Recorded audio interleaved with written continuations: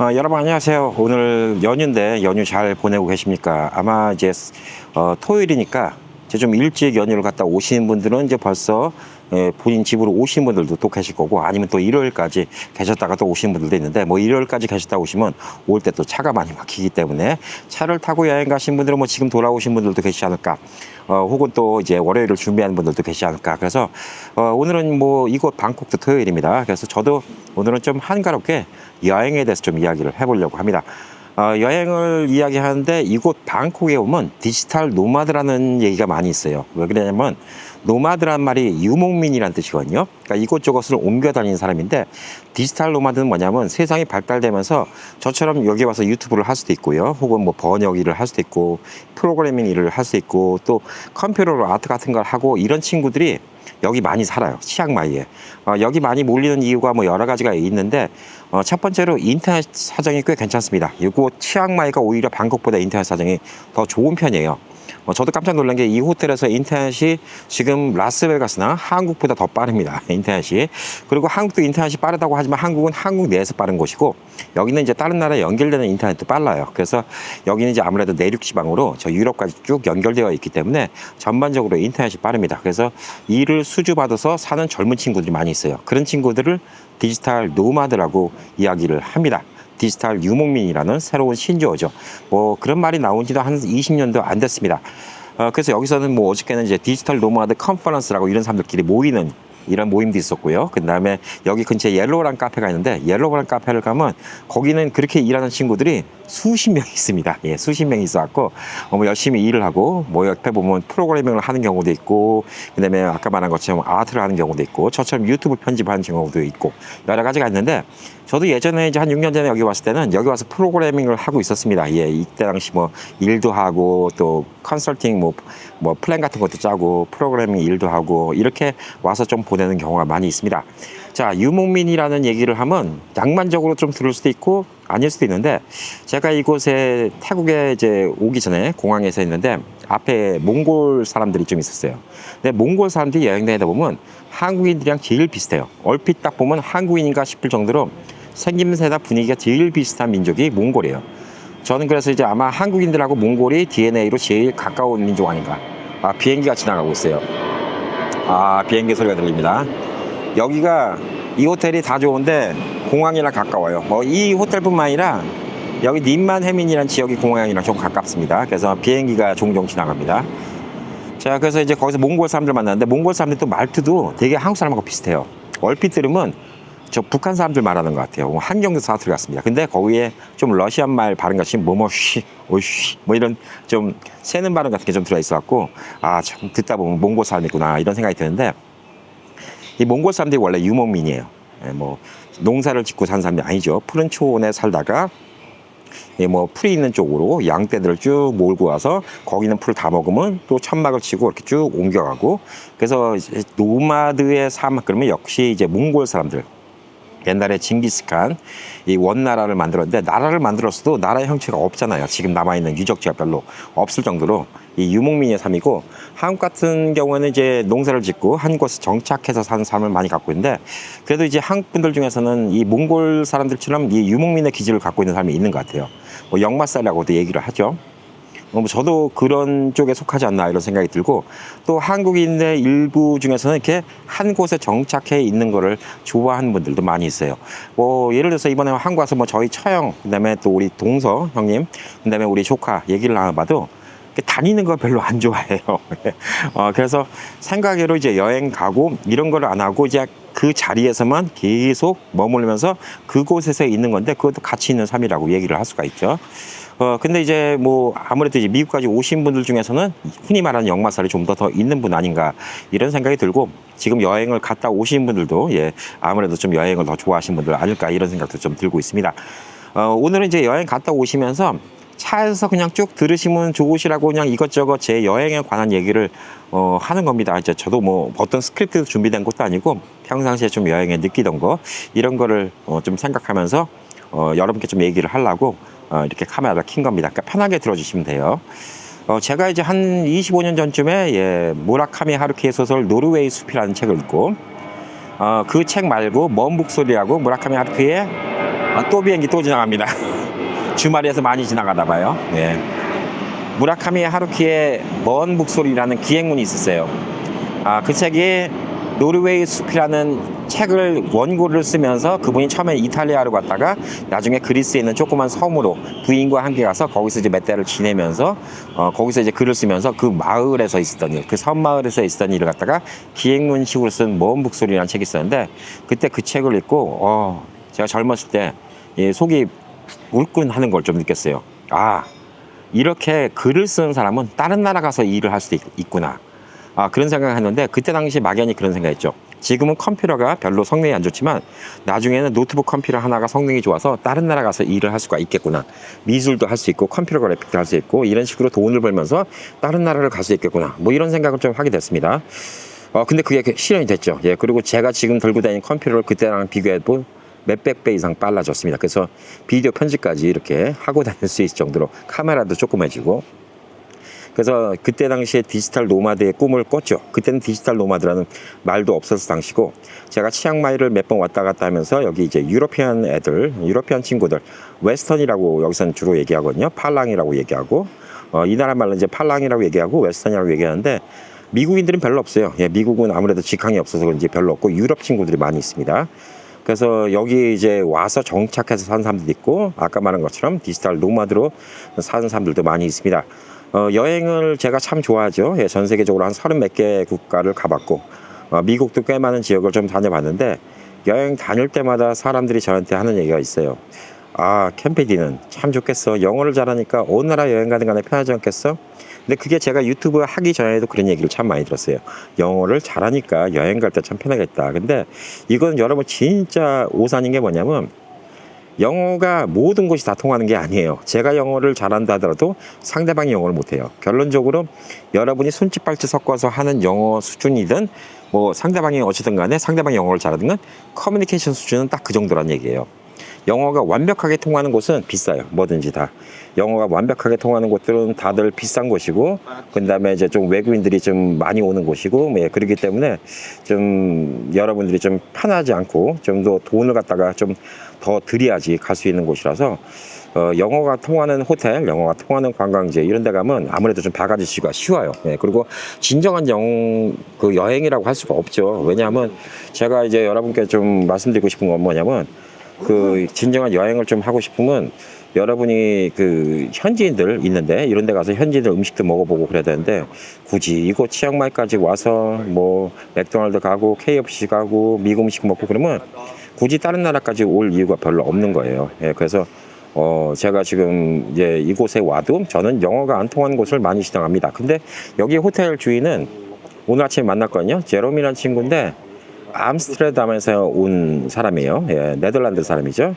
이 호텔 주인이라고 오늘 좀 인사도 나누고 인터뷰도 잠깐 땄습니다. 뒤에 좀 올려드리겠지만 인터뷰도 잠깐 땄는데 이 호텔 컨셉이 되게 예뻐요. 확실히 좀 유럽 감성이 좀 있는 것 같아요. 그리고 이 호텔을 만들 때 뭐 어떤 컨셉을 만들었냐 물어봤더니 이 호텔은 복잡하면 안 된다. 편해야 된다. 그래서 부티크 호텔이라고 하죠. 이런 부티크 호텔을 만들면서 본인은 컨셉이 좀 편했으면 좋겠다라고 했고 그냥 가장 간단한 이름이 뒤에 적혀있는 베드라고 적혀있는 이 이름으로 만들었고 호텔에 불편한 게 있냐 없냐 뭐 이런 거 물어보더라고요. 그래서 뭐 며칠 전에 디미트리라는 친구한테도 얘기했지만 뭐 간단하게 좀 얘기한 게 이 샤워 꼭지에 이제 한국 사람들이 호스 달려있는 걸 좋아하잖아요. 그래서 호스 달려있는 거를 동양인들은 많이 원한다. 왜냐면 여기 중국인들이 많이 오고 또 한국인들도 많이 오는데 동양인들이 많이 원하고 특히 여성분들이 메이크업을 하고 나서 날 더운데 몸만 씻고 싶은 경우가 있는데 위에서 물이 내려오면 몸만 씻는데 되게 불편하기 때문에 그런 것들이 있으면 좀 좋겠다 했더니 적극 수행해 주겠다고 해서 이 앞에 이 샤워기 꼭지를 다 줄이 달려 있는 걸로 바꿔준다고 이렇게 얘기했습니다. 참 오픈마인드 돼 있는 것 같아요. 그래서 이분은 잠깐 얘기를 나눴지만 원래 호텔 매니지먼트 쪽 일을 했었고요. 그 다음에 호텔 매니지먼트 쪽하고 이번 주말에는 방콕을 갔다 온대요. 강의를 하러 갔다 온다고 합니다. 호텔 매니지먼트 쪽으로 강의도 좀 하고 그러는 것 같아요. 그래서 아침에 좀 재밌게 좀 이야기를 나눴습니다. 지금 이 호텔은 제가 1월까지 묵고 그 다음 호텔은 여기서 이제 제일 좋은 호텔, 여기서 5성급 호텔을 얻는데 5성급 호텔이라 하더라도 하룻밤에 숙박비가 한 120불 정도 해요. 예, 이 호텔은 지금 숙박비가 한 50불 정도 하는데 요즘에 주말이라서 한 60불 정도, 70불 정도 하는 것 같습니다. 5스타 5성급 호텔이고 제일 좋은 호텔이고 그 호텔 안에는 식당이 있는데 나라라는 식당이 있는데 미슐랭 3년 연속 미슐랭 별점을 받은 호텔이에요. 그리고 또 미슐랭 받은 또 식당이 이 근처에 또 하나 더 있고 미슐랭을 받은 길거리 노점상 엔트 아오이라는 또 식당이 있는데 세 곳이 있는 걸로 알고 있어요. 더 있을지 모르겠어요. 하여튼 좀 고급 호텔인데 그쪽에 좀 가 있을 생각입니다. 그래서 주말 일요일부터는 그 호텔에서 좀 찍을 것이고 분위기가 좀 다를 거예요. 여기는 뷰티크 호텔이고 거기는 이제 좀 고급 호텔이고 예, 고급 호텔이라서 좀 더 시설은 좋겠지만 또 여기 뷰티크 호텔만큼의 좀 안락함 예, 이런 같은 건 좀 없을 수도 있어요. 예, 근데 이게 여행을 다니다 보면 제가 지금 이제 애들이 다 크고 집사람과 같이 다니다 보니까 집사람과 이제 부딪히는 경우가 많이 있어요. 여행 다니면서 서로 생각이 좀 다른 거죠. 여행을 다닐 때 많은 분들이 아까 얘기한 것처럼 여행 갈 때 나 영어를 못하는데 겁날 필요 없어요. 다른 나라 가면 영어 안 통하는 데가 더 많습니다. 그리고 영어가 다 맞는 건 아니에요. 다른 나라 가면 적어도 인사말 감사합니다 이 정도 얘기는 배워두시고 하시는 게 그 나라 적응하는 데 좋고 실제 가서 부딪히고 결국 손발짓을 하려면 표정이 풍부해야 되고 근데 감정이 풍부해야 됩니다. 그래서 오픈된 마인드가 있으면 여행 가는데 훨씬 더 편할 거예요. 그래서 여행은 그냥 여러분들이 영어가 꼭 잘해야 된다 이런 생각 하지 마시고요. 근처에 있는 여행지부터 쭉 가보시는 게 좋습니다. 사람들을 만나는 목적, 혹은 좋은 경치를 보는 목적, 좋은 음식을 먹는 목적, 예, 뭐든지 좋습니다. 예, 여행이라는 거를 가보면서 세상에 생각이 많이 깨일 때가 있어요. 깨일 때가 있다는 게 뭐냐면 제가 이제 요곳에 왔는데 치앙마이에서 지금 지나가다가 경찰 딱 한 번 봤거든요. 그리고 지금 한국에 이제 안정리 있잖아요. 예, 경찰 딱 2번 봤습니다. 지나면서. 근데 이제 어느 나라 가면 경찰을 많이 봐요. LA 같은 경우 경찰을 되게 많이 봐요. LA 같은 경우 경찰을 되게 많이 보는데 사실상 범죄율이 되게 높죠. 그리고 멕시코도 칸쿤 같은 데 가면 경찰 보기 힘든데 저기 멕시코 시리 같은 데 가면 경찰도 많이 보입니다. 필리핀도 마닐라 같은 데 가면 경찰도 많이 있어요. 그래서 경찰이 많으면 좋을까요, 나쁠까요? 라는 생각을 한번 해보자고요. 경찰이 있으면 마음이 편할 수도 있다. 그런데 반대로 얘기하면 경찰이 많이 보인다는 얘기는 그만큼 그 도시의 치안이 안 좋다는 얘기예요. 그러니까 경찰이 안 보이는 게 사실상 더 좋은 걸 수도 있다는 거죠. 근데 경찰이 많이 보이는 경우가 많이 있어요. 어떤 도시들은. 근데 이곳은 경찰이 없어요. 그리고 어디 쇼핑몰 같은 데 들어갈 때 시큐리티 가드가 있다. 그 없으면 사실상 거기가 더 안전한 곳이에요. 근데 있다. 그러면 거기는 안전하지 않을 수도 있다. 뭐 이렇게 좀 볼 수가 있는 것이죠. 그래서 여러분들이 생각하기 나름인 것 같아요. 제가 캠핑을 좋아하는데 캠핑장을 가잖아요. 그러면 처음 캠핑을 해보신 분들은 밤에 무서워해요. 텐트 이거 칼로 푹 찢으면 들어오고 근데 곰이 나타나면 어떡하고 뱀에 물리면 어떡하고 누가 여기서 강도짓을 해도 도와줄 사람도 없고 와 이거 무섭지 않냐 이렇게 생각하는데 사실상 강도가 돈을 살려고 그러면 어딜 가겠습니까? 좋은 시계 차고 돈 많이 들고 이런 데는 도시예요. 백화점, 도시, 번화한데 이런 데 으슥한 데서 강도짓을 하지 굳이 그 멀리 산 위에까지 올라와서 사람들도 별로 없고 캠핑장에 누가 귀금속이나 돈을 많이 들고 오는 것도 아닌데 거기까지 와서 강도짓을 하려고 일부러 온 사람은 뭐 거의 없다고 봐야죠. 확률적으로 없는 거예요.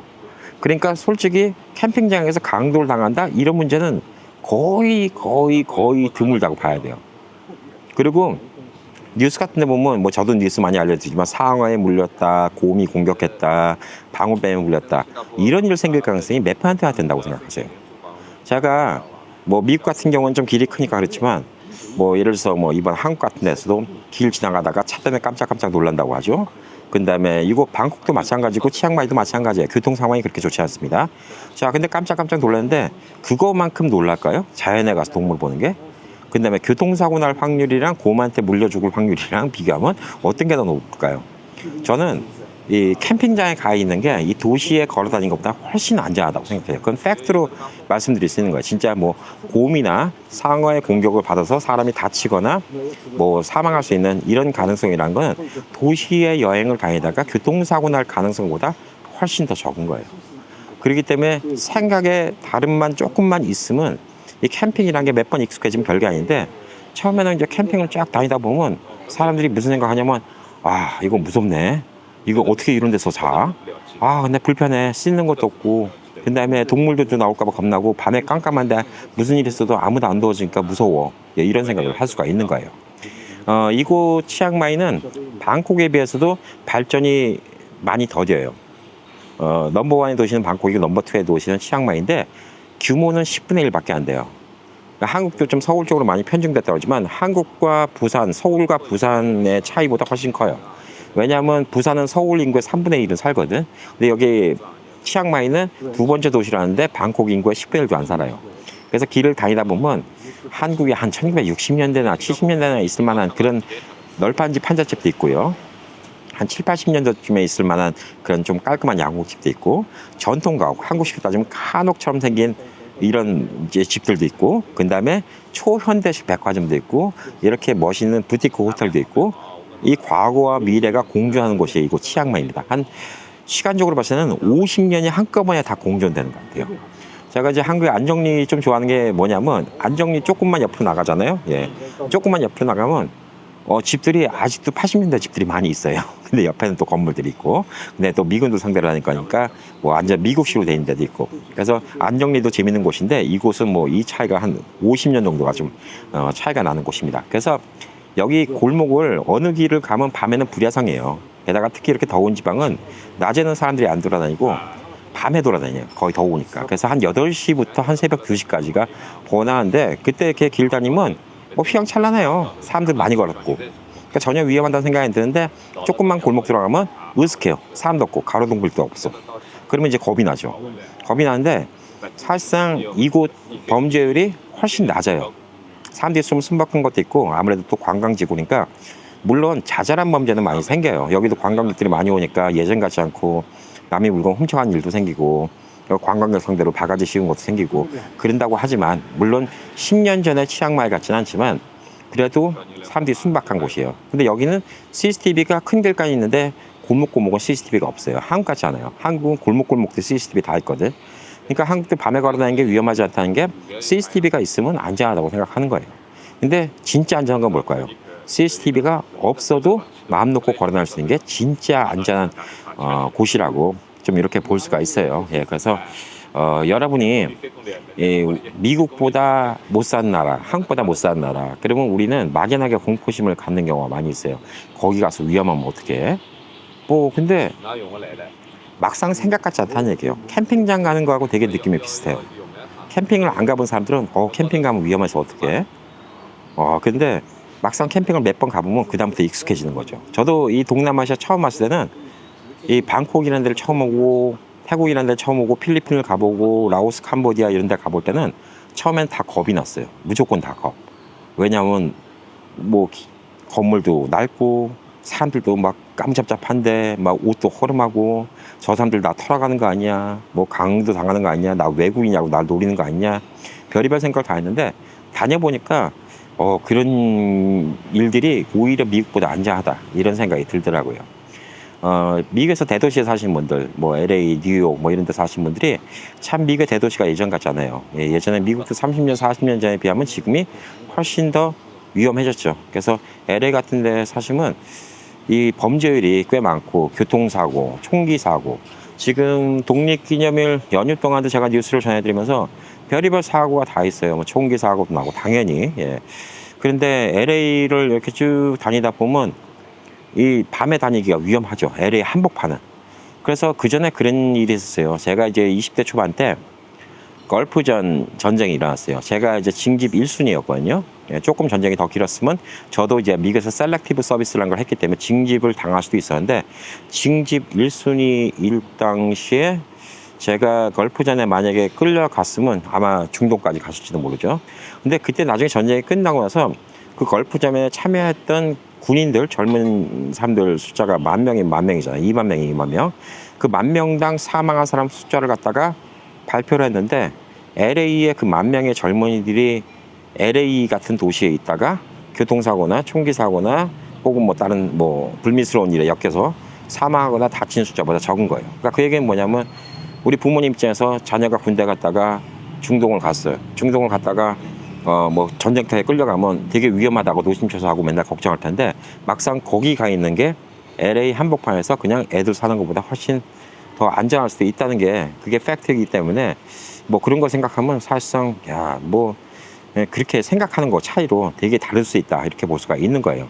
전반적으로 이 동남아시아 국가들이 사람들이 순박해요. 아직까지는 많이 순박하고 그래서 자잘한 사고는 많이 있어도 특별한 뭐 강도 사건이나 사람 사망 같은 거 이런 게 뉴스가 크게 나와요. 진짜 크게 나와요. 한국이 예전에 뭐 그랬죠. 예, 근데 요즘에는 이제 미국이나 한국이나 워낙 그런 일들이 많이 있으니까 그런 사고 나는 게 뭐 예전같이 뭐 한 번 무슨 살인 사건 났다 그러면 뭐 그게 어마어마하게 크게 뉴스가 안 나고 진짜 몇 명이나 죽었다 뭐 이라진 뉴스가 될 정도로 세상이 각박해졌는데 동남아시아는 그런 면에서 보면 되게 사람들이 순박해요.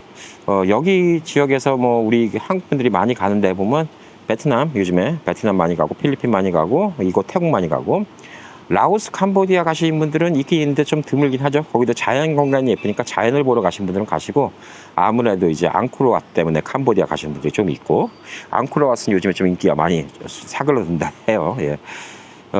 제가 이제 가본 느낌은 뭐냐면 베트남은 지금도 공산국가예요. 예, 공산국가인데 경찰이 제일 많은 곳이 베트남입니다. 공안이죠. 예, 거기서 공안. 베트남은 어떻게 보면요. 예, 이게 역사적인 사건인데 예전에 베트남 전쟁이 있고 전쟁이 끝난 지가 지금 한 반세기밖에 안 됐기 때문에 지금도 나이 드는 사람들이 전쟁을 겪었던 사람들이잖아요. 어떤 좀 사람들이 전쟁을 한번 겪었기 때문에 좀 사람 죽는 것도 옆에 보고 좀 거칠은 것도 있고 근데 지금 공산국가니까 그만큼 좀 컨트롤 된다 이렇게 좀 볼 수도 있는 것 같아요. 그래서 베트남 같은 데서는 물론 이제 한국 분들이 많이 놀러 가시는 뭐 다낭이든 뭐 이런 데 같은 데 가면 되게 안전한데 공안이 많아요. 예, 그리고 또 공안들이 외부인들도 예, 감시를 많이 합니다. 예, 좀 그런 게 있고 태국도 보면 방콕 같은 데 가면 경찰이 좀 있는데 이곳 치앙마이는 경찰 보기 힘들어요. 예, 경찰 보기 좀 힘들고 필리핀 같은 데는 섬이 8,000개라고 합니다. 예, 조그만 섬까지 3,000개가 8,000개가 순간적으로 헷갈린다. 하여튼 몇천 개예요. 필리핀은 섬마다 자기네 지역 사람들끼리 뭉쳐있는 게 커요. 되게 지역주의적인 사회예요.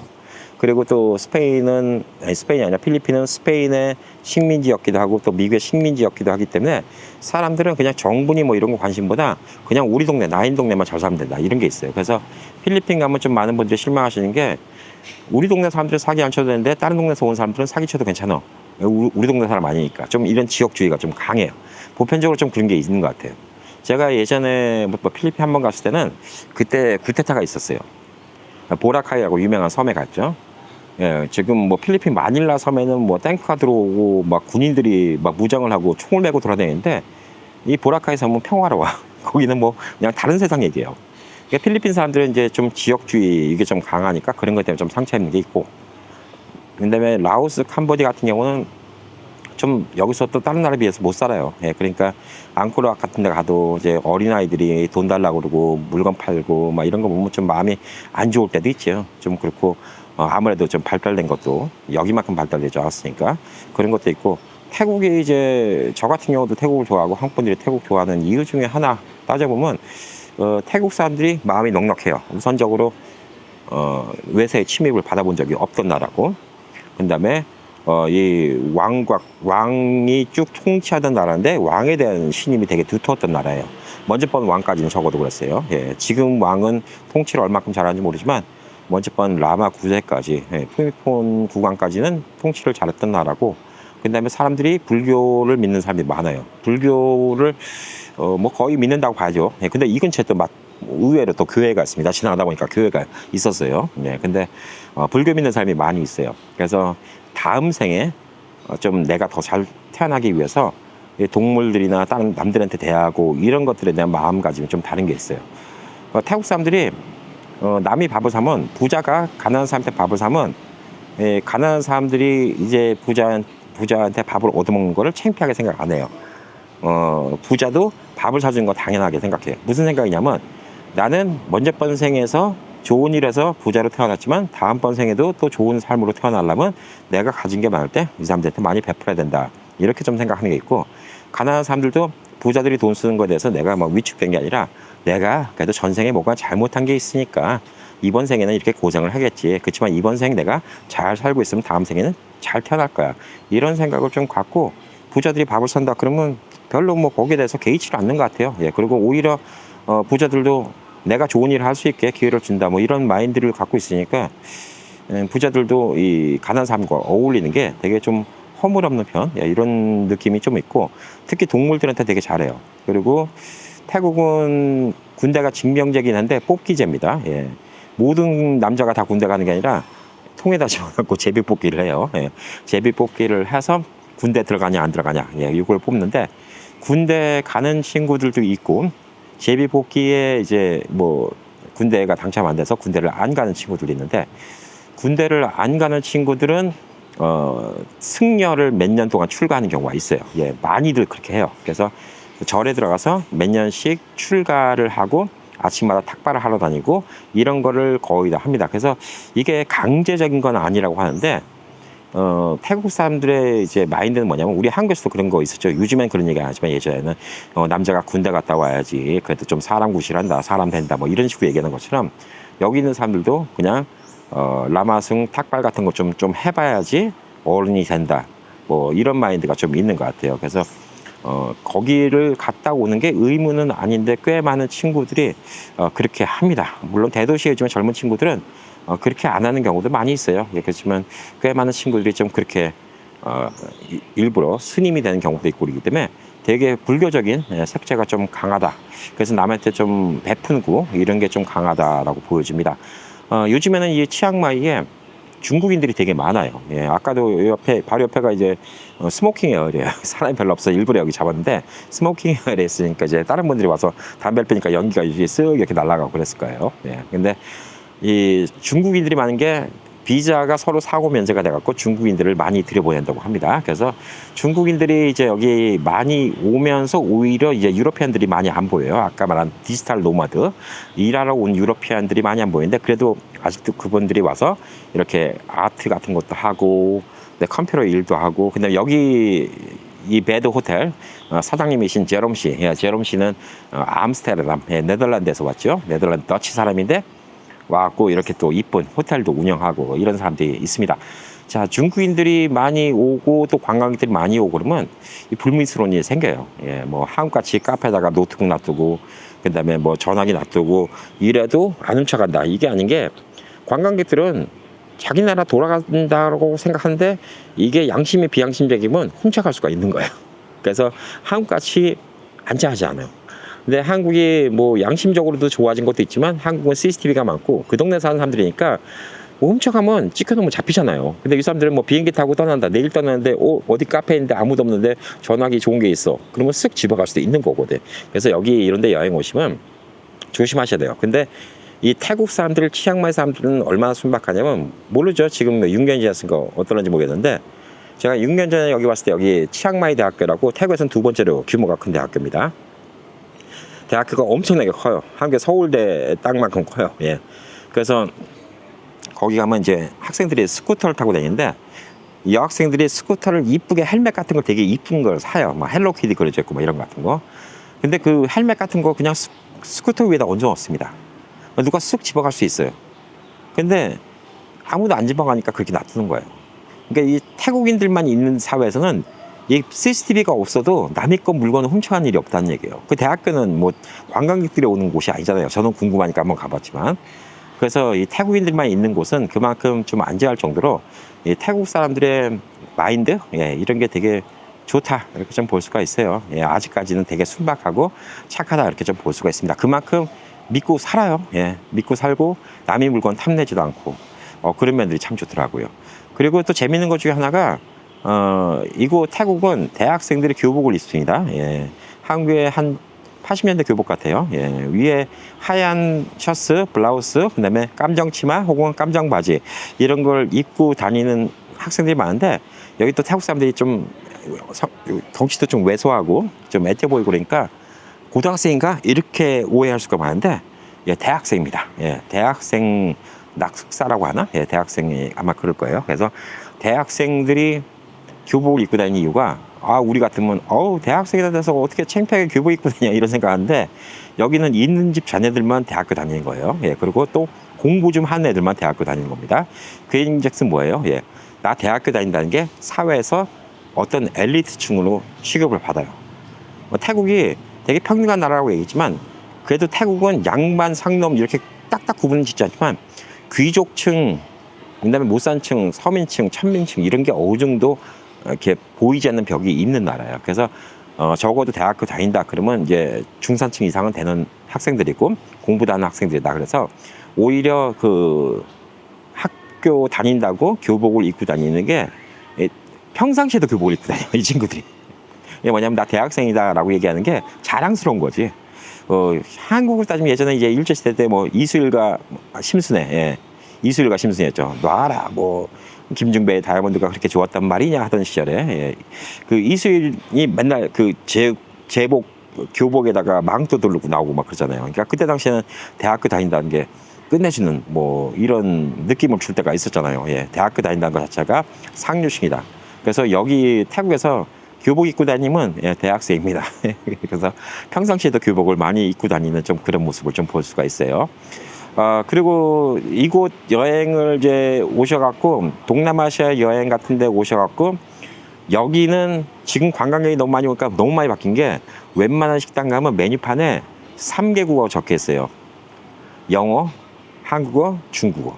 예, 태국말 말고 3개국어 적혀 있습니다. 메뉴판이 그렇게 적혀 있는 경우도 많이 있고 앞에 입구에도 메뉴판까지는 아니라 하더라도 뭐 입구에도 한국말로 맛있어요, 어서 오세요, 감사합니다 이렇게 적혀 있는 경우도 많이 있고 그 다음에 또 한국 분들이 하는 한국 식당도 꽤 많이 늘어났어요.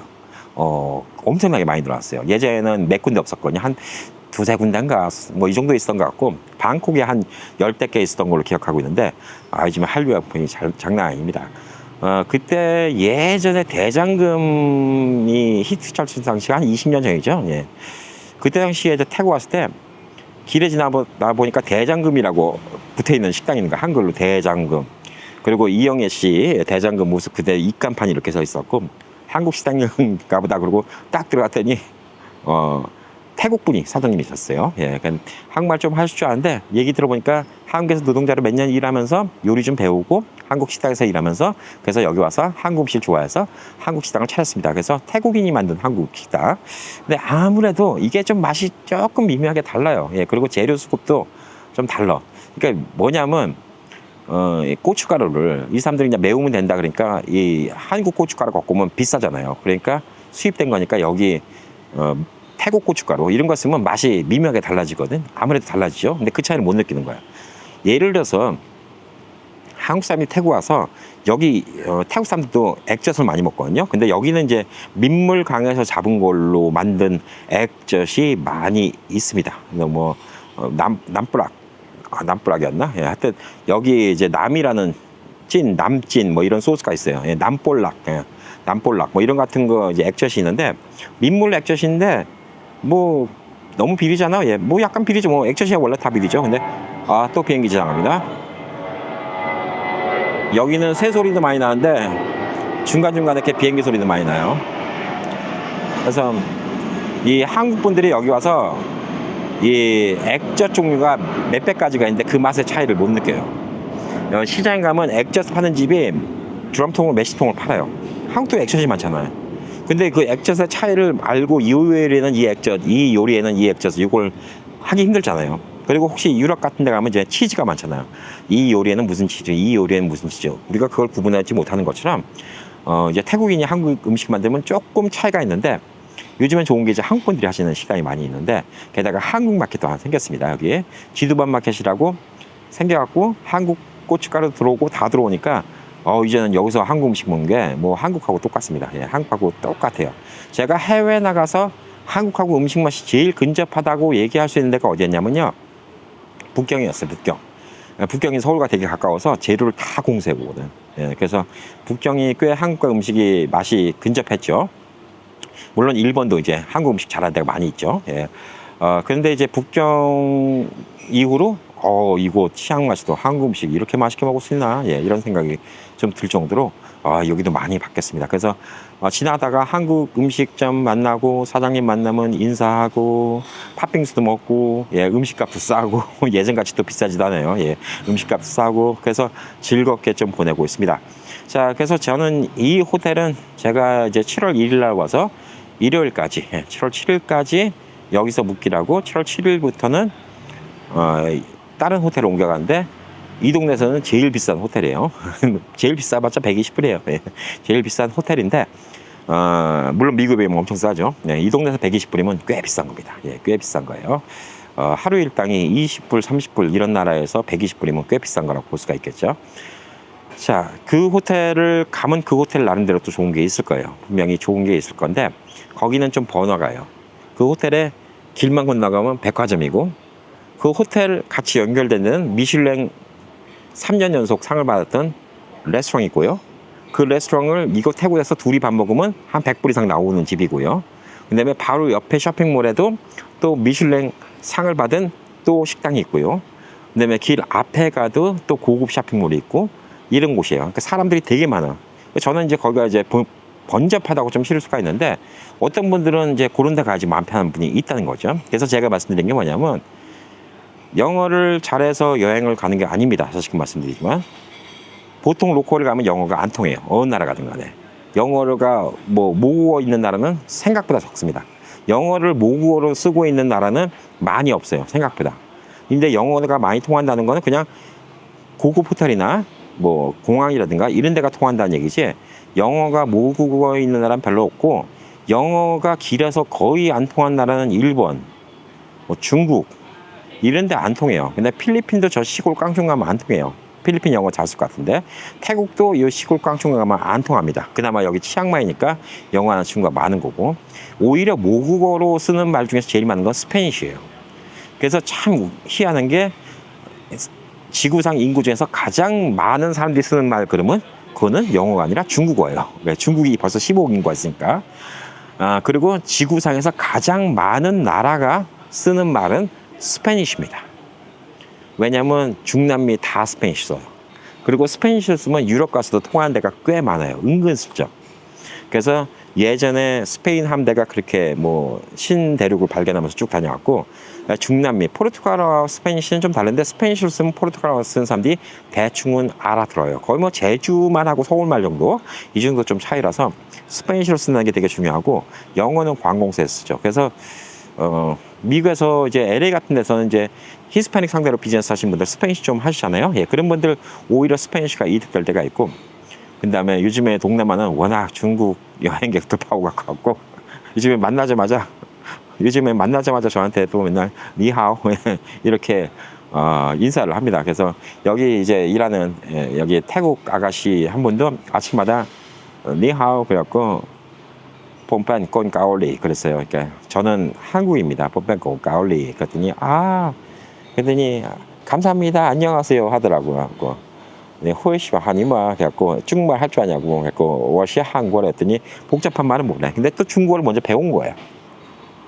그래서 하여튼 재밌어요. 예, 여기 있으면 4가지 말을 합니다. 그리고 또 옆에 있다 보면 또 스페니쉬도 들려요. 그럼 또 스페니쉬로 올라가고 그리고 또 인사도 해주고. 예, 그러면 재밌죠. 그래서 이 말을 잘하는 게 중요한 거 아닙니다. 예, 웃고 얼마큼 오픈 마인드 돼서 얘기하는 게 되게 중요하다고 볼 수가 있어요. 여기 일하는 친구들이 아침 식사 시간에 한 20명이래요. 예, 오늘 사장도 만나봤지만 오늘 여기 사장님 제롬 씨가 얘기했던 거죠. 좀 감명 깊었던 얘기가 뭐냐면 내가 여기 아침 식사가 너무 아침마다 맨날 바퀴가 나와서 너무 좋다. 그래서 나는 여기 아침 식사가 너무 마음에 든다. 그랬더니 한 얘기가 자기는 여기에 음식을 하는 사람 갖다가 유명한 셰프를 데리고 온 게 목적이 아니었다. 음식을 좋아하는 사람 데리고 온 게 목적이었다. 그래서 아침에 요리하는 친구가 몇 명 있어요. 다 파타임이야. 그리고 이제 어저께 라이브 방송에 나왔던 디미트리라는 친구, 그 친구도 파타임이야. 아침만 일해. 그러니까 아침에 바쁘고 낮에는 한 2-3명, 그 다음에 청소하는 사람들 한 4-5명 있는 것 같아요. 예. 낮에는 이제 프런트에 한 2-3명 있고, 예. 그렇게 쭉 일하는 것 같은데, 아침에는 한 20명 가까이 일합니다. 근데 항상 이 사람들이 이제 긍정적이에요. 몇 시간만 일하고. 그래서 태국이 그렇다고 했잖아요. 예. 자기 친구들 갖고 나도 일 시켜주면 안 돼요. 내 친구 잘하는데? 거의 그런 분위기예요. 예. 우리가 봤을 때는 지 친구들끼리 막 노닥노닥 거리는 것 같은데, 분위기가 좋아. 왜? 막 지들끼리 막 서로 떠들고 신나서 일하니까. 그래서 이 러시안 친구, 디미트리의 그 친구도 러시안이 웃지를 않아요. 러시안은 길에서 웃고 다니면 미친놈 아니면 실성한 놈으로 봐요. 예, 그리고 잘못하면 시비 붙을 수 있어요. 너 나보고 비웃었냐, 이렇게. 러시아는 그 웃는 걸 되게 경망스럽게 생각한 사람인데, 여기 이 친구도 벌써 여기 와서 2년 동안 일하고 있다는데, 2년 동안 일하니까 뭐, 완전 이제 웃는 게 배웠어요. 막 스마일링이 배웠어. 그리고 영어를 쓰는 사람이 별로 없으니까, 아침마다 저 붙잡고, 아니, 언제 영어 연습하려고 하는 것 같아요. 한 10분, 20분을 떠들어, 저 붙잡고. 전 자꾸 이제 커피 들고 도망가는 데서 떠들어. 근데, 자기 딴에 재밌는 것 같아요. 그래서, 야, 이렇게 이 웃는 게 경망스럽다고 생각하는 러시아 사람들 같은 경우도, 이런 사람들도, 이곳 태국에 와서 2년을 지나니까 이렇게 웃음이 몸에 배는구나. 진짜 아름다운 미소의 나라 태국이라니까 진짜 여기서 좀 느끼는구나 라는 좀 생각이 듭니다. 자, 그래서 미국에 있으면 다른 나라 여행 가는 게 좀 뭐랄까, 이웃 나라 가까운 데가 캐나다, 멕시코예요. 근데 LA 같은 분들은 멕시코 가기 편하지. 가깝죠. 차 끌고도 하니까. 그리고 이제 저 위에 시애틀 계신 분들도 캐나다 갔다 오기 편하죠. 그리고 미 동부에 계신 분들, 예를 들어서 뭐 뉴욕, 뉴저지 이런 데 계신 분들은 유럽 갔다 오기 편하죠. 예. 생각보다 가까우니까 7, 8시간이면 유럽 가니까. 그리고 또 멕시코 뭐 플로리다, 텍사스 이런 데에 있는 분들은 또 멕시코 칸쿤. 지금은 뭐 허리케인 베럴 때문에 지금 뭐 되게 위험하지만 거기로 여행 가기도 편한데 미국은 여행 갈 수 있는 데가 딱 이만큼 한정되어 있어요. 그래서 저도 굳이 태국만 가겠다고 여기를 나오는 경우가 드문 게 갈아타고 어쩌고저쩌고 최소 빨리 와봤자 18시간 이렇게 걸려요. 한국을 경유하든 대만을 경유하든 중국을 경유하든 경유해서 와야 되니까. 제가 그전에도 늘 한국에 나오면 꼭 주변 국가 둘러봐요. 중국, 북경, 그다음에 일본, 그다음에 저 베트남, 뭐 필리핀, 태국, 라오스, 캄보디아, 한국 나왔을 때 들려봅니다. 왜? 거기서 오면 뭐 짧게는 2-3시간, 뭐 일본 같은 데는 1시간, 예. 뭐 북경도 1시간, 그 다음에 뭐 길어봤자 6시간. 다 돌아다니거든. 그럼 얼마나 좋아. 이 근처는 또 나름 색다른 게 있고. 그래서 이제 그런 거 겪어보시면 좀 좋고, 다른 나라 가보시면 느낌이 달라요. 처음에 이 태국 오면 사원이, 예, 한국에는 저라고 느낌이 다르거든. 사원 구경하는 게 신기해. 근데 사원도 보고 또 보고 또 보고 그러면 10개, 20개 보다 보면 다 그게 그거 같아. 솔직히. 그랬고, 저도 이제 이번에 와서 사원은 안 봐요. 요 위에 도이스텝이라고 산 위에 있는 사원은 한번 갔다 왔는데 저도 이제 사원은 안 봅니다. 그건 유럽도 마찬가지예요. 처음 가면 성당 보잖아요. 와, 이쁘다. 근데 2번, 3번, 4번, 10번, 20번 보다 보면 그 성당이야. 또 안 가게 돼. 그다음에 이제 그 일본이나 중국 같은데 절 같은 경우는 그렇게 큰 감흥이 없어요. 왜냐면 한국도 봤으니까, 한국에서도. 근데 조금은 모양이 달라. 확실히 처마 및 선이라든가 양식이 좀 다르니까 처음에는 좀 특이한 맛을 몇 번 보는데 보면 좀 달라요. 그래서 자꾸 다니다 보면 좀 시큰둥해지긴 해요. 근데 시큰둥해지면 해질 때일수록 뭘 하냐면 와서 릴렉스 하는 걸 느끼는 거예요. 그러니까 완전 느낌이 다른 거야. 에르모스피어 분위기가 되게 달라갖고 느낌이 다르고 한적함을 느끼는 거죠. 오늘이 이제 토요일이라서 오늘 이 호텔은 썰렁할 거예요. 그리고 제가 어저께 여기 근처에 있는 이제 식당 사장님과도 얘기했는데 토요일, 일요일은 이 림만햄이라는 도시 자체가 썰렁하대요. 다 주변으로 놀러 간대. 뭐 보러 가냐? 코끼리 보러 가고 뭐. 네, 호랑이 보러 가고 악어 보러 가고 그다음에 어디 사원 보러 가고 저 위로 올라가면 이제 목긴족이 있어요. 카렌족인가? 예, 그래서 링을 껴서 목을 이렇게 길게 만드는 고산 부족도 있고, 예, 그런 데도 보러 가고, 아니면 저기 라오스, 캄보디아, 그 태국의 이 삼각형이 모이는 그 삼각지대, 트라이앵글이라고 하는데 거기가 예전에 이제 마약 소굴로 유명했던 곳인데 거기를 놀러 가는 사람도 있고, 또 여기서 한 2시간 정도 떨어진 곳에 빠이라고 시골 농촌 마을이 있는데 거기가 또 들판이 너무 예뻐요. 그래서 거기를 보러 가는 사람도 있고 그래서 여기는 텅텅 빌 거라고 합니다. 그래서 아침 식사 끝나고 이제는 사람이 없어요. 아까 아침 식사 끝나고 중국분들 몇 명이 여기 담배 식구땡 하라고 와갖고 앞에서 담배를 피고 왔는데 이제는 좀 사람이 없을 것 같습니다. 근데 그럼에도 불구하고 저는 오늘 여기서 룰루랄라 있으려고 그래요. 왜? 그냥 힐링하러 왔으니까. 그냥 룰루랄라 힐링하는 게 제 목적이었으니까. 예, 그래서 이런 여행.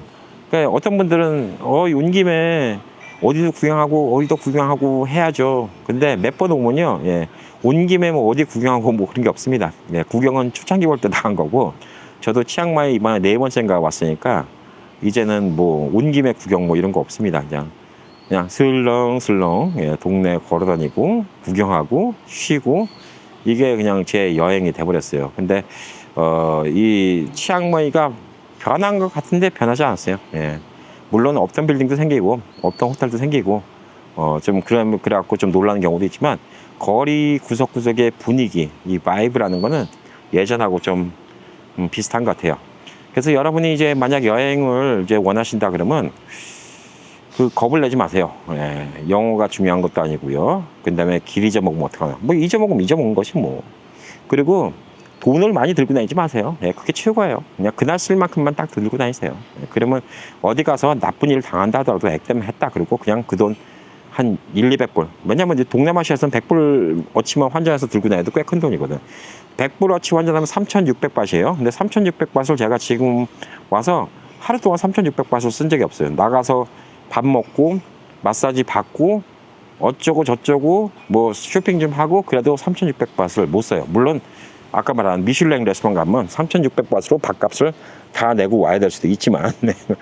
그런 데를 안 갔으니까 예, 그건 나중에 돈 남으면 가려고요. 예, 돈 안 남으면 못 가는 거고 뭐 그래서 그런 뭐 돈만 그냥 조금 들고 다니면 별 큰 문제가 없지 않나 좀 생각이 해요. 예, 그래서 전 여행 다닐 때 그냥 돈 많이 들고 다니고 뭐 비싼 시계 차고 다니고 뭐 여행 와서 그런 거 자랑할 필요 없잖아요. 그냥 같이 반바지 입고 스레빠 쫄래쫄래 끌고 다니고 그러면 아무도 강도짓 안 합니다. 예. 누가 봐도 없어 보이는 관광객들은 강도짓을 안 해요. 예. 그래서 위험할 것도 없습니다. 여행이 릴렉스하고 재충전하고 좋죠. 그래서 지금 이번에 독립기념일 연휴도 많은 분들이 여행 가셨을 거라 생각하고 갔다 오면 이제 월요일부터는 죽으라고 또 일해야죠. 그래야지 또 9월달 돼서 레이버데이 때 또 한 번 쉬고 그 다음에 또 연말연시까지 열심히 일하고 또 땡스기빙 즐겁게 보내고 크리스마스 보내고 또 새해 되면서 또 새해를 맞이하고 뭐 그게 사람이 쉬었다 이랬다 하는 건데 여기는 뭐 예상은 했지만 독립기념일이라고 아무도 신경 안 씁니다. 예, 독립기념일인지도 몰라. 그리고 말씀드렸지만 여기는 미국인들을 보기 힘들어요. 이 태국은 미국인들이 생각보다 많이 없어요. 태국에서 보는 서양인들은 다 유럽에서 온 사람들이 거의라고 보시면 돼요. 한 95%는 유럽에서 왔다고 생각하시면 돼요. 왜? 미국에서 굳이 이쪽까지 온 사람 별로 없거든. 뭐 갈아타야 되니까. 우리 같은 한국 사람이야 한국 온 김에 왔다고 하잖아. 근데 뭐 미국 사람들이 뭐 굳이 이쪽까지 17시간, 18시간 걸려서 여행을 올까? 뭐 이런 생각이 별로 안 들 수가 있죠. 네. 그래서 한국도 미국 쪽까지 여행 오는 분들이 있어도 칸쿤까지 가보신 분들이 상대적으로 적은 거예요. 만약 칸쿤이 가까웠어 봐. 직항이 있었어 봐. 그럼 칸쿤 여행 많이 갔지. 하와이보다 더 편하다 이렇게 생각할 수도 있고 물가도 싸다 이렇게 생각할 수도 있고 그래서 한국도 중남미 밑으로는 여행 간 분들이 별로 없는 거예요. 왜냐하면 직항이 별로 없으니까. 그래서 중남미 밑에까지 가려면 되게 힘들잖아요. 18시간씩 비행기 타고 가야 되고 그래서 유럽은 가도 중남미 여행은 별로 안 가는 것처럼 미국인들도 여기 태국은 오는 사람이 별로 없어요. 예. 참 태국은 올 때마다 매력 있는 도시 같아요. 매력 있는 동네 같아요. 사람들이 착합니다. 앞으로는 모르죠. 또 여기도 몇십 년 지나면 또 사람들이 각박해질런지 모르겠지만 태국의 매력은 1970년대 80년대 한국의 정을 느끼면서 그 다음에 아직도 눈이 휘둥그레질 정도로 이쁜 호텔도 있고 맛있는 음식도 있고 그 다음에 또 미소가 아름다운 사람도 있고 이런 것들이 진짜 태국의 매력 아닌가라고 좀 생각합니다. 고양이들이 안 돌아다니네. 이 아침 식사 끝나면 고양이들이 싹 사라져. 이 얌체 같은 고양이들. 아니 이 동네 고양이들이 아침 식사할 때는 와 시간도 잘 알아. 얘들 시계도 없는데 어떻게 이렇게 와서 그냥 옆에서 밥 얻어먹고 하는지. 새들도 다 없어졌어요. 아까 새들도 많더니 아까 처음에 초창기에 새소리 들렸죠. 지금 새소리 안 들리지. 밥 다 먹고 간 거야 이제. 왜냐면 지금 10시 20분이면 이 아침 식사 시간 끝날 건 10시까지만 아침 식사 하거든요. 또 비행기 지나갑니다. 지금 방송하면서 한 5번 지나간 것 같아요. 예, 녹음에는 얼마큼 크게 소리가 들렸는지 모르겠어요. 예. 그래서 예, 오늘 여행에 대한 제 생각. 예. 저는 아직도 이런 데서 1년씩 살면서 돈이 들어오면 예. 아까 말한 것처럼 무라카미 하루키의 글을 쓰는 것처럼 돈이 들어올 수 있다면 한 1년씩 살면서 이랬으면 좋겠습니다. 그래서 알아는 보고 있어요. 예. 태국에 평생 살 생각은 없지만 장기로 살려면 태국에 오시는 비자는 한국 여권 갖고 계신 분들은 90일 체류할 수 있습니다. 미국 여권은 30일밖에 안 찍어줘요. 예, 30일밖에 안 찍어주는데 제가 이제 여기 오래 있으려면 한 1년이고 있으려면 어떻게 되냐면 어학원을 등록하면 돼요. 예, 학생 비자로 오면 1년 동안 있을 수가 있습니다. 그럼 한 달에 어학원 비용이 한 200~300불씩 들어가겠죠. 뭐 체류 비용이라고 생각하는 거지 뭐. 예, 그래서 학교도 다니면 그것도 나쁘지 않을 것 같아요. 왜냐하면 여기 와서 어학원 다니면 아무래도 외국 친구도 만날 거 아니에요. 또 친하게 지내고 또 주말이면 그 어건 친구들이랑 야 코끼리 보러 가자. 우리 저 뒤에 바위 놀러 가자. 뭐 이럴 수도 있고. 그래서 여기서 좀 일을 하면 좋지 않을까. 그리고 기회가 되면 여기 아파트를 좀 찍으면 좋겠는데 여기도 좋은 콘도들은 끝내줘요. 예, 시설이 끝내줘. 고급 리조트 같아요. 그러니까 뭐 LA 같으면 한 4, 500만 불짜리 하이라이즈 콘도, 예, 이 정도 분위기가 여기는 한 달에 한 1,500불이면 렌트합니다. 예, 1,500불이면 어마어마하게 비싼 돈이죠. 이 동네는 1,500불이면 렌트하기 때문에 수영장이 한 4개씩 달려있고 뭐 집에 들어갈 때마다 경비가 인사하고 문 열어주고 막 안에 들어가면 가구 꽉 차 있고 그다음에 안에 시설 뭐 인덕션에 뭐 TV 뭐 50인치 달려 있고 막 이런 콘도들이 뭐 한 달에 한 1,500불 정도만 빌리니까 그런 데서 한 1년씩 살면서 여행도 하고 중간중간에 스쿠터 빌려서 여행도 하고 이렇게 영상도 찍고 하고 싶은 건 많아요. 근데 제가 그래도 감사드린 게 뭐냐면 지금 한국에 6개월 이렇게 와 있기로 했잖아요. 6개월 와 있는 동안 시청률이 줄지 않는다는 거. 오히려 시청률 어떤 것들은 더 늘었어요. 그래서 미국에 계신 분들이 제가 한국에서 미국 뉴스를 전해드려도 꾸준히 들어주신다는 거. 그러니까 또 한국에 와 있을 수 있는 거예요. 제가 만약에 태국에 와서 한 6개월이고 1년이고 있으면서 미국 뉴스를 전해드린다? 그러면 여러분이 들어주실까? 모르겠어요. 근데 그것도 아마 들어주시지 않을까? 이런 생각이 좀 듭니다.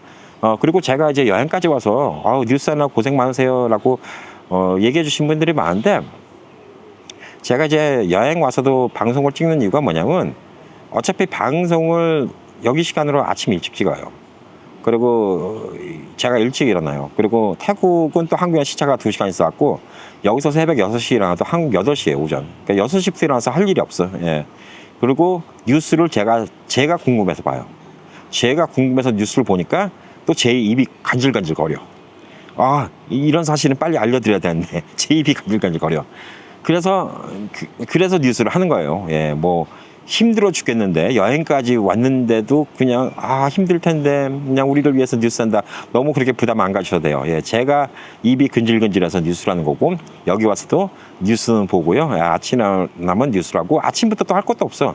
그다음에 뉴스 다 전해드리고 나면 이제 아침 식사하고 뭐 구경도 하고 하루 종일 또 재밌게 보냅니다. 그리고 또 중간중간에 라이브 방송도 하고 이러면서 여러분과 뭐 소통하는 거기 때문에 절대 제가 여기 뭐 다른 데 여행 와서 뉴스 보내는데 캠피디 고생 많아요. 너무 고맙습니다. 그런 생각은 안 하셔도 됩니다. 제가 좋아서 하는 겁니다.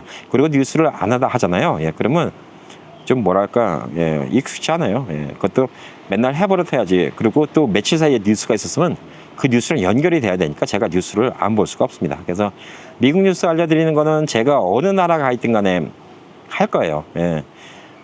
근데 여러분들도 좀 의견 좀 달아주세요. 제가 만약에 캠피디인 태국 치앙마이에서 1년 살겠습니다. 1년 살고 있는 동안도 여러분 뉴스 봐주실 건가요? 제가 미국 뉴스 해드리면? 그것도 좀 궁금하고 한국은 이제 거수증이 나왔으니까 앞으로 5년 동안 제가 한국을 왔다 갔다 언제든지 편하게 할 수 있어요. 예전처럼 뭐 비자 받아갖고 90일 안에 나가야 되는 것도 아니고 언제든지 한국을 왔다 갔다 할 수가 있기 때문에 한국도 아마 이번 9월 달에 이제 미국에 들어갔다가 일 좀 보고 제가 또 치과 치료도 있고 그러니까 아마 내년 초에는 또 한국에 올 거예요. 그럼 그때 와서 한두 달 있다 갈 수도 있고요. 뭐 혹은 또 그때 온 김에 또 한 1년 있다 갈 수도 있고 그건 뭐 아무것도 정해지지 않습니다. 어쩌면 그때 이제 한국 갔다가 온 김에 한 1, 2년 한국에 살아볼까? 이럴 수 있을지도 몰라요. 왜냐면 뭐 여기민 얘기 많이 하지만 돈이 덜 들어가요. 그게 제일 커요. 그 무라카미 하루키라는 작가도 글을 적는데 일본에 있으면 아무래도 지인들도 연락 오고 방해도 되고 그런데 다른 나라 가면 우선 방해되는 게 없겠죠. 그래서 이탈리아로 갔을지 모르겠어요. 근데 그 먼 북소리라는 책을 보니까 처음에 이탈리아가 너무 시끄러워서 그리스에 있는 조그만 섬으로 갔다고 했어요. 지중해에 있는 조그만 섬으로 가서 나머지 글을 갖다가 탈고를 했다고 하는데 그런 면을 생각하면 저도 뭐 한국에 있으면 확실히 시간 여유가 있어요. 왜? LA에 있다가 라스베가스 가니까 시간 여유가 많아지더라고요. 확실히 만남, 모임 이런 게 많이 줄었어요. 근데 라스베가스도 또 아는 분들이 있으니까 만나고 시간 있고 또 LA 오신 분들 오면 또 만나고 그러다가 한국에 오니까 더 시간이 많아졌어요. 그리고 이곳 태국에 오면 더더욱 시간이 많겠죠. 근데 또 그에 비례해서 돈 생활비도 더 조금씩 들어가요. LA 있다가 라스베가스 가니까 생활비가 절반밖에 안 들어가요. 절반밖에 안 들어가도 그때는 또 LA에 우리 애들도 있었고 또 집이 있었고 그러니까 애들 키우고 그랬으니까 이제 생활비가 들어갔는데 애들이 다 독립하고 나니까 이제는 라스베가스 가서 살면 LA 생활비 절반도 안 들어가요. 그러니까 라스베가스 가서 사는 게 스트레스를 덜 받아. 돈 벌어야 된다는 이런 생각 없으니까 스트레스 덜 받죠. 라스베가스 있다가 한국 오니까 거기서 또 생활비가 절반이네. 그러니까 지금 안정리에서 한 달에 한 2,500불 쓰거든요. 이곳 태국에 와서 물가로 따지면 1,000불도 안 쓸 것 같은데 솔직히 그렇게는 안 돼요. 왜 그렇게 안 되냐면 물가가 싸긴 한데 이 태국에 와서 제가 현지인들 사는데 집에 살 자신은 없어요. 예. 한 달에 100불도 안 되는 집도 있지만 예, 그런 데 살 자신은 없고 맨날 현지인들 먹는 음식을 먹을 자신도 없어요. 맨날 시장에서. 그래서 아마 여기서 살면 한국보단 싸겠지만 여기서도 한 달에 한 1,500불, 2,000불은 들어가지 않을까? 그러면 이제 제가 코로나 때 라스베가스 집 운영비, LA 집 운영비랄까, 집 생활비, 예. 그다음에 LA 집 생활비 양쪽 다 한 달에 2만 불 들어갔어요. 예, 2만 불이 들어갔는데 2,800만 원 돈이죠. 지금 라스베가스에서는 이것저것 다 들어가는 거 따져봤자 우리 부부만 해봤자 한 달에 한 6,000불? 예, 이 정도면 돼요. 예, 6,000불이면 되고 한국 와서 안정리에서 지내보니까 지금 한 2,500불? 예, 이 정도면 돼요. 그리고 이곳 태국에 오면 제 생각에는 한 1,500불? 예, 이 정도면 될 것 같아요. 그러면 뭐 돈이 일 안 하고 오히려 돈이 저축될 수도 있는 거예요. 예, 그냥 어느 정도 돈 나오는 이 구석대기만 만들어 놓으면 일 안 하고도 이제 돈이 저축될 수가 있는 거기 때문에 그런 거 생각하면 진짜 좀 생각이 조금만 바꾸면 진짜 세상을 살만하지 않을까 이런 생각이 듭니다. 자, 뭐 저는 생각나는 대로 그냥 의식의 흐름대로 아무 대본 없이 주절주절 떠들었으니까 이 영상은 순전히 물론 집에서 들으셔도 되는데 여행 갔다 오시다가 심심하시면 차에서 틀어놓고 얼굴은 안 봐도 되니까 뭐 틀어놓고 중간중간에 수영장이나 보세요. 틀어놓고 보시면 좋으시라고 이렇게 영상 만들었습니다. 자, 연휴 무사하게 집에 잘 들어오시기 바라겠습니다. 저는 또 다른 영상으로 찾아뵙도록 하겠습니다. 감사합니다. Nice to meet you, Jerome. Tell me about your hotel and let all the people invite to your place. Yeah. We're happy to, Ken. First of all, it's so nice to see you here. Really, really nice to have you with us. Bed is actually exactly like the name says. We try to make it easy and simple. You know, I come from the corporate hotel business. Sometimes hotels, they make it too complicated. You have rules and you have to behave and you have to do this and that. And here, I don't know, we try to go back to the essence of hospitality, genuine care, empathy, trying to make it a little bit a better world. That's it, Ken. All right. Thank you very much. Cheers. Bye.